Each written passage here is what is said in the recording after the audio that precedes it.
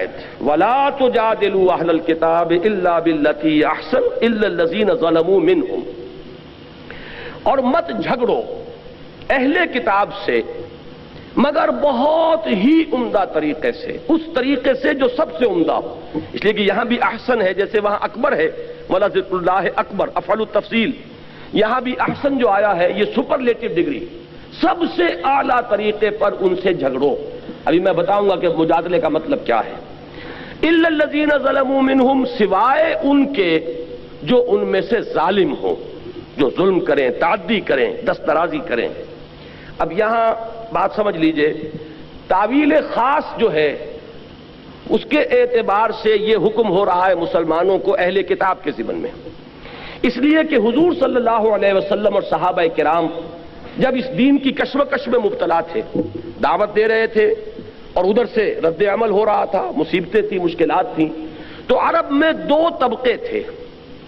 ایک وہ امیین مشرکین جو کسی نبی کے نام لیوا نہیں، کوئی ان کے پاس کتاب نہیں، کوئی شریعت نہیں، اگرچہ حضرت ابراہیم کا نام وہ لیتے تھے لیکن وہ بھی جد امجد کی حیثیت سے کہ ہم ان کی نسل سے ہیں، وہ بھی رسول کے ہونے کی حیثیت سے نہیں بلکہ ایک نسلی تعلق جو ان کا تھا حضرت ابراہیم کی اولاد سے. دوسرا طبقہ تھا یہ اہل کتاب، نصارہ اور یہود. یہ کون تھے؟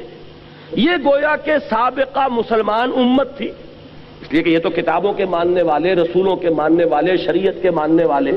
تو یہ دو طبقے ہوئے کہ جو اس وقت تھے کہ جن سے نبی اکرم صلی اللہ علیہ وسلم اور صحابہ کرام کو سابقہ پیش آیا. اب ان میں سے جہاں تک مشرکین کا تعلق ہے، ظاہر بات ہے کہ وہ تو ضل ضلالا بعیدا والی بات ہے، بہت دور نکل گئے، مشرک ہیں، بتوں کو پوج رہے ہیں، ان کے ہاں تو کوئی بھی خیر موجود ہے ہی نہیں.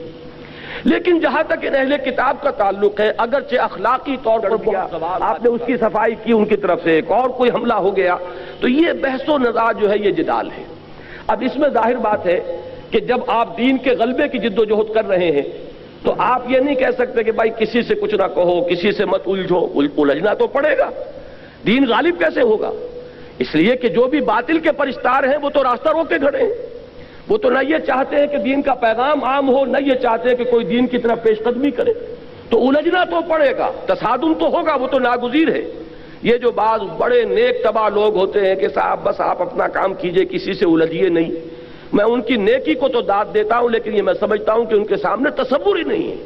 اس لیے کہ ان کے سامنے اگر وہ حرکی تصور ہو تو حرکی تصور میں تو الجھنا پڑے گا. جو آپ کا راستہ روک کر کھڑا ہو گیا اسے آپ ہٹائیں گے نہیں تو راستے میں کیسے چلیں گے؟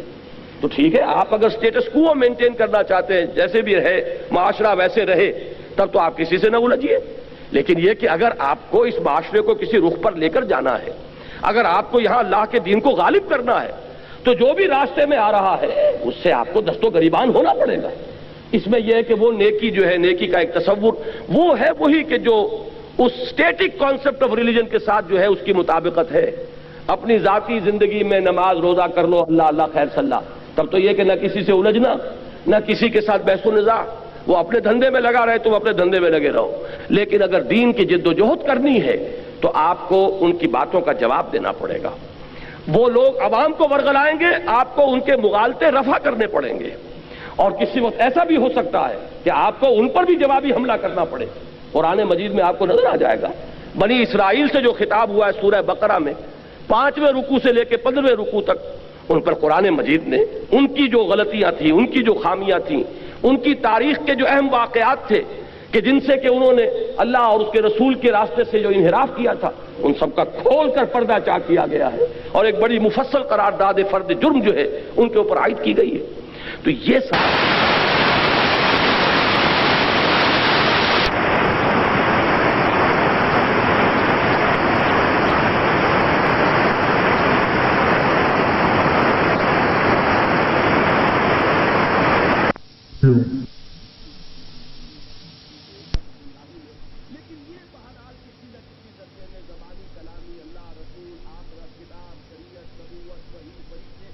مانتے ہیں، لہذا ان کے ساتھ بہت نرم رویہ اختیار کرو. وَلَا تُجَادِلُوا أَهْلَ الْكِتَابِ إِلَّا بِالَّتِي هِيَ أَحْسَنُ، اور مت جھگڑو، مت مجادلہ کرو اہل کتاب سے مگر اس طور سے کہ جو بہت ہی اعلیٰ. اب آپ غور کیجئے کہ یہ تو تعویل خاص سے بات واضح ہو گئی. اب تعویل عام پر آئیے جو اصول ہے تفسیر کا.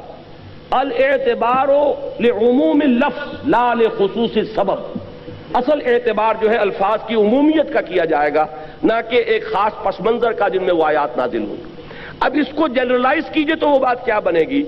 فرض کیجئے کہ آج ہم پاکستان میں اسلام کے غلبے کی جد و جہد کرتے ہیں، مخالفت ہوگی کہ نہیں ہوگی؟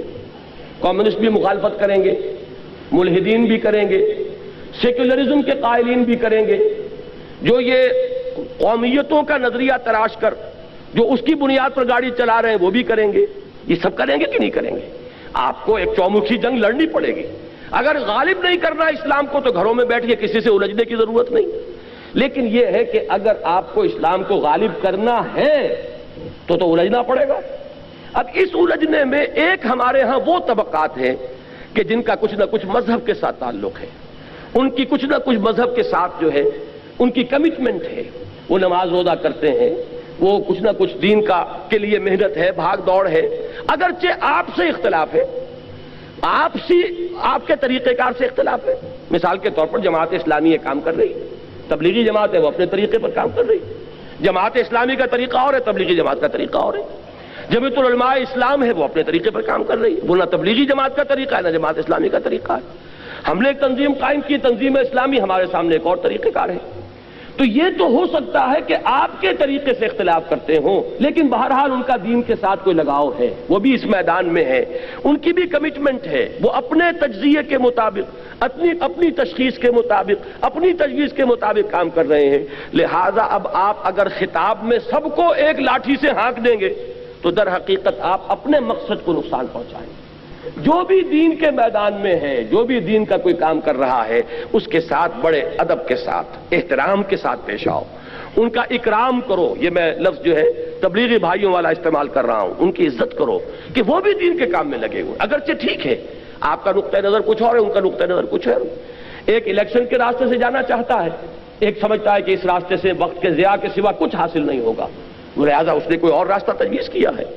ایک وہ ہے کہ جو صرف لوگوں کو نیکی کی تلقین کر کے وہ یہ سمجھتا ہے کہ جب نیکی آئے گی بدی خود بخود چلی جائے گی، لوگوں کو خامخواہ جو ہے اس کے اوپر تنقید کی زبان مت کھولو، بلکہ یہ کہ فضائل کی تلقین کے ذریعے سے لوگوں کو نیکی کے راستے پر لے آؤ۔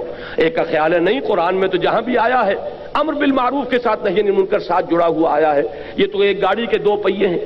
تو یہ اختلافات ایک جگہ ہیں، لیکن آپ یہ نہیں کہہ سکتے کہ وہ اسلام کا کام نہیں کر رہے، لہذا ان کے ساتھ معاملہ کرتے ہوئے بات یہ ہوگی وَلَا تُجَادِلُوا أَهْلَ الْكِتَابِ إِلَّا بِالَّتِي هِيَ أَحْسَنُ۔ ہمیں یہاں سے رہنمائی لینی ہوگی کہ اگرچہ مخالفین اس وقت مشرکین بھی تھے اور اہل کتاب بھی تھے، اور اہل کتاب کی مخالفت کے بارے میں قرآن نے کہا ہے کہ یہ سب سے زیادہ شدید ہیں بغض میں، یہود کے علماء سے بڑھ کر دشمن کوئی نہیں تھا محمد رسول اللہ صلی اللہ علیہ وسلم کا، حالانکہ وہ خوب جانتے تھے یعرفونہ کما یعرفون ابناءہم، ایسے پہچانتے ہیں محمد کو جیسے اپنی اولاد کو پہچانتے ہیں۔ لیکن اس کے باوجود چونکہ ان کا ایک ماضی ہے، وہ رسولوں کے نام لیوا ہیں، ان کے ہاں کتاب ہے، تورات ہے، ان کے ہاں علماء ہیں، ان کے ہاں مذہبی عدالتیں ہیں، لہذا ان کو بالکل مشرکین کے ایٹ پار رکھ دینا درست نہیں ہوگا۔ وَلَا تُجَادِلُوا أَهْلَ الْكِتَابِ إِلَّا بِالَّتِي هِيَ أَحْسَنُ۔ اب اس سے ہمیں کیا لینی ہوگی رہنمائی کہ اگر ہم اپنی سمجھ کے مطابق، اپنے فہم کے مطابق، اپنے تجزیے کے مطابق، اپنی تشخیص کے مطابق، اپنی تجویز کے مطابق دین کا کوئی کام کر رہے ہوں، تو جو بھی دین کے لیے کسی نہ کسی درجے میں ایکٹیو ہیں، کوئی کام کر رہے ہیں، کوئی توانائیاں صرف کر رہے ہیں، ان کے ساتھ یہ معاملہ اختیار کرنا ہوگا۔ کہیں نہ کہیں تو لازماً آئے گی بات اختلاف کی، اس لیے کہ ظاہر بات ہے کہ ہم کہیں گے بھائی ہم جو راستہ بتا رہے ہیں ہم نے اس لیے اختیار کیا کہ صحیح راستہ اس کو سمجھائے۔